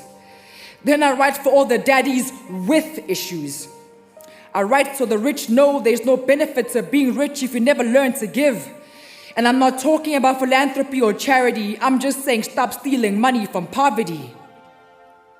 I write so anyone who reads knows that the real and true revolution that will change this world as we know it will not come from your wars, guns, knives, or missiles, but will come through poets like me, readers like you, and people who want to change the world one line, one family, one girl child at a time. And so I write. I write until I don't know the difference between reality and fiction, past or present. I write because most times it's all I can do. The only place where everything makes sense. Nothing is wrong, black is beautiful, woman is wonderful. Where life is blissful and death is peaceful. Where love lasts forever, joy is our religion, peace our philosophy. Love thy neighbor like you love yourself is our political policy. And hate is the only thing we bury 6 feet under. But mostly I write because if I ever live long enough to change the world, it will be one lion, one family, one girl child, one son of man, one master plan, one heartbeat, one lung breathe, one blood bleed, one slit wrist, one comatose overdose, one step, one word, one phrase, one clause, one pause, one rand, one piece of land, one meal, one dream, one book, one hook, one subject, one course, one teacher, one preacher, one pastor, one child molester, one school, one department, one region, one section, one block, one province, one state, one county, one country, one continent, one hemisphere, one globe, one planet, one universe, one galaxy at a time.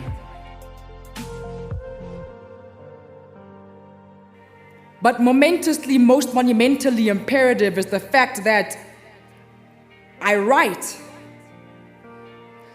Because if I ever live long enough to change the world, it will be all of that stuff combined into one life at a time.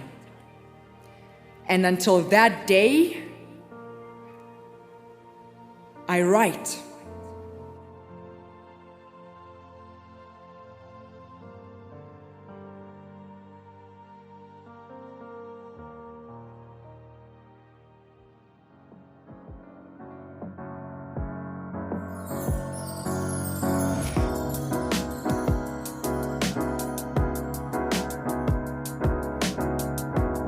The original and healthy beats for this podcast were created by Quincy Davis.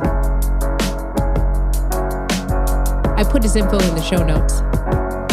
The Woke Wisdom Podcast was written, created, and edited by me, Alexandra Loves. It is a production of the Moon Garden Temple. And my guests, of course, they bring their own wisdom.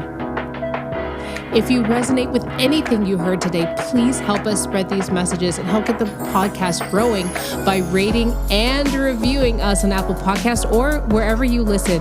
It just takes a few clicks. Clickety click, clickety click, click. You can contact me or the podcast at wokewisdompodcast@gmail.com. And look, I used to read the disclaimer at the end of every episode. I'm not doing that anymore. It's too long. If you really want to see the disclaimer, it's on our website or it's at the end of our very first episode, Orientation and Welcome. And if you're new to this podcast, I highly suggest you check that episode out. It's awesome. It kind of lays the land for what we talk about here and the way we roll. So thank you, everyone. Be blessed, and we'll catch you on the next one.